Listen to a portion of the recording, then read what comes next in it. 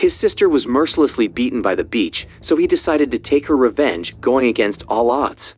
John Falcon is a U.S. Marine veteran who suffers from post-traumatic stress disorder because he witnessed some of his friends dying in the war. Because of this, he often plays Russian roulette. Luckily, his suicide attempt was never successful because when he pulls the trigger, the gun doesn't fire a bullet. One afternoon, Chapin is at a convenience store when suddenly 2 robbers comes inside. Chapin is not afraid and instead, he advises the robbers not to shoot their guns in the stomach because that would keep the victim alive. Chapin then bravely holds the gun and points it at his head.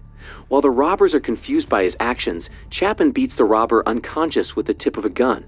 Then he proceeds to hit the second robber, knocking him unconscious as well. The next morning, while Chapin is resting at his house, his sister, Cindy, comes to visit him. She is planning to attend a friend's wedding in Chapin's hometown. After that, she will return to Brazil to work as an activist dealing with humanitarian issues in a non-profit organization. After Cindy returns to Brazil, Chapin gets the news that Cindy was severely injured near the beach with several injuries all over her body. Chapin immediately flies to Brazil to see Cindy. Elsewhere in Brazil, a detective named Diego Santo is with his partner, Carlo Baroro. They are in a neighborhood of the favela to arrest several residents suspected of smuggling illegal weapons. During the arrest, Santo is visited by a policewoman named Catarina. She is not happy because Santo is acting in her duty area while treating the citizens rudely. Seeing Santo intimidate Catarina, one of the local youths throws a stone at Santo's back. Santo reacts by pulling out his gun and aiming it at the young man. The youths also gathers there while simultaneously pointing their guns at Santo. Due to the urgency of the situation, Santo takes preventive measures by lowering his gun and challenging one of the youths to fight for an agreement. If he loses, he and his men would not come to that place again. Santo's challenge is approved by the residents of the favela. Bororo goes first to fight with one of the favela gangster members. Bororo can beat the gangster easily because of his proficiency in capoeira. With just a few kicks, Bororo makes his opponent fall. Seeing the victory of his men, Santo shouts loudly, claiming that one day he and his men will return. Chapin has arrived in Brazil and he is picked up by a fellow veteran and diplomat named Manny Ridley. Then, Chapin immediately visits Cindy, who is receiving treatment in the intensive care room. It pains Chapin to see Cindy in her helpless condition. He suddenly had the flashbacks of the suffering victims he had seen while serving in the war zone.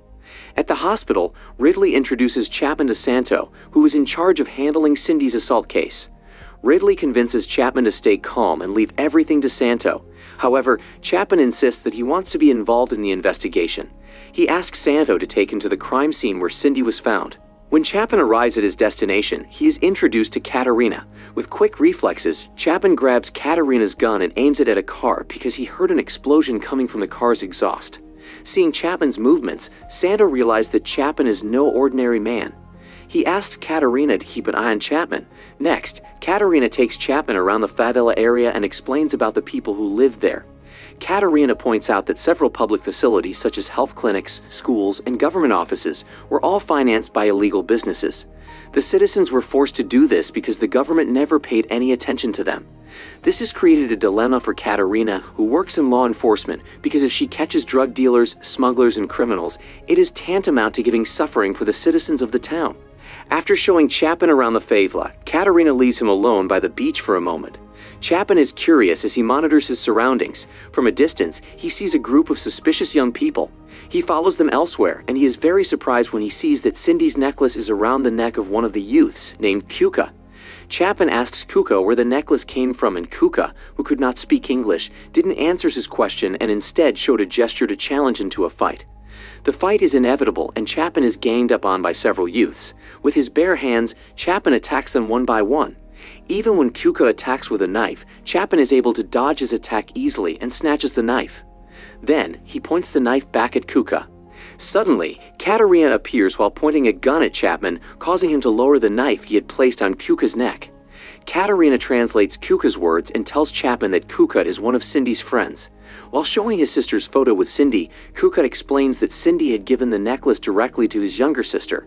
However, his younger sister had disappeared before Cindy was found terribly injured on the beach, so it can be assumed that the perpetrator who attacked Cindy was the same person who had kidnapped Cuca's sister. Before Chapin leaves, Cuca gives him a notebook belonging to Cindy, which was entrusted by his sister. Cuca hopes that there would be clues in the notebook to find the culprit. That afternoon, after examining the notebook using carbon paper, Chapin finds the phone number of a photographer who had recently worked with Cindy. The next day, Chapman meets the photographer at a cafe and interrogates him. The photographer explains that Cindy was investigating a conspiracy case related to human trafficking. The photographer refuses to provide evidence of the assault on Cindy, so Chapman secretly takes the photographer's flash drive as he says goodbye. But unexpectedly, when the photographer enters his car, the car explodes. The poor photographer dies in the explosion, and worse yet, suddenly a car comes to a stop in front of the cafe and the people inside shoots Chapman. A guard gets shot, but luckily, Chapman is able to dodge as he takes the gun from the injured guard. He then returns fire with great precision, causing them to flee. Not long after, Chapman is in Ridley's office, checking the photographer's flash drive. The flash drive contains photos of Cindy with a man in a nightclub, which allegedly had something to do with the attack on Cindy. Seeing the name of the nightclub, Ridley is reminded of a group of Yakuza who had lived in Brazil for 30 years. These Yakuza are sadistic criminals who often kidnapped children. Chances are that Cindy would have known about it and did her own investigation, and as her investigation was discovered, they taught Cindy a lesson. That night, Chapman goes to the nightclub and finds the man he was looking for. Chapman follows the man to the toilet and attacks him and plunges the man's head into the toilet. After the man is helpless, he finally gives up and reveals the culprit's address who had injured Cindy. The next afternoon, Chapman, accompanied by Ridley, went to the address. Elsewhere, Santo and his fellow police officers are preparing to carry out a large-scale raid into a residential area of the favela to arrest the drug dealers. The attack begins indiscriminately as the police immediately shoot and kills all the youths who try to escape from their pursuit. All of them are eventually killed in the ambush, and Santo didn't give any warning to anyone before the ambush began. One of Santo's men, who was still wandering around the corner of the settlement, accidentally sees several Japanese men in black suits, carrying some children. Feeling suspicious, he arrests the Japanese men. A few moments later, Santo comes and approaches him. Santo immediately kills his men and lets the Japanese man leave favela, revealing that he is a corrupt police officer. He cooperates with the Yakuza so that this Yakuza group can freely carry out their criminal activities. Meanwhile, Chapman has arrived at his destination. He tells Ridley to go home because he wants to investigate the place alone. It turns out that the place he came to was the Yakuza headquarters, but he still enters with no fear and beats the Yakuzas. Not long after, Chapman is ganged up by 3 Yakuza members and has to fight unarmed. This worries one of the Yakuza members guarding the base. She immediately contacts her superior, Hiramoto, the leader of the Yakuzas, and informs him about the situation. Hiramoto then stands up and walked over to a visiting guest. Then, one of his men carries a long box containing a nice katana. With a calm and expressionless face, Hiramoto walks slowly towards the man, whom Chapman had previously interrogated. With a single move, Hiramoto jabs the katana in the man's abdomen, killing him instantly. Chapman is still fighting at the Yakuza group's headquarters. Suddenly, Santo and Bororo points their guns at Chapman, asking him to stop attacking the Yakuza. Chapman shows them a briefcase containing documents on human trafficking cases as evidence of the crimes committed by the Yakuza group. As he is about to leave the place, Chapman realizes that Santo had slipped by mentioning Mr. Lima's name on the list of documents he had given him. In fact, Chapman had not mentioned Mr. Lima's name before. Chapman then turns back and hides in Santo's car. As it turned out, Santo was driving his car away from the Yakuza headquarters towards a dock. Chapman manages to get out of Santo's car, and he hides while watching Santo's movements from a distance at the pier. Santo visits a warehouse where the Yakuzas have placed the kidnapped children. Chapman immediately calls Ridley and asks the police for help to stop the smuggling of these small children. Impatient about the arrival of Ridley and the police force, Chapman takes the initiative to go inside alone. While sneaking out of sight, Chapman attacked them one by one, successfully immobilizing several Yakuza members. Chapman then runs into Bororo, who immediately attacks him using the capoeira martial art technique. But his capoeira was nothing to Chapman.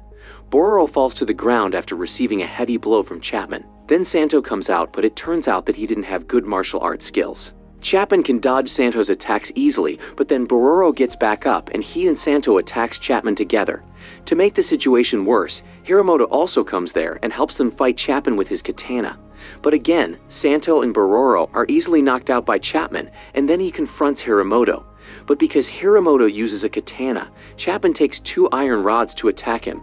Their fight is quite short as Chapman has no trouble defeating Hiramoto, who immediately collapsed after being hit by the iron rods. It wasn't long before Ridley and the police arrived at the docks while Chapman tries to free the children. At the end of the film, Chapman faces one more problem. To heal Cindy's internal wounds, it will cost a fortune.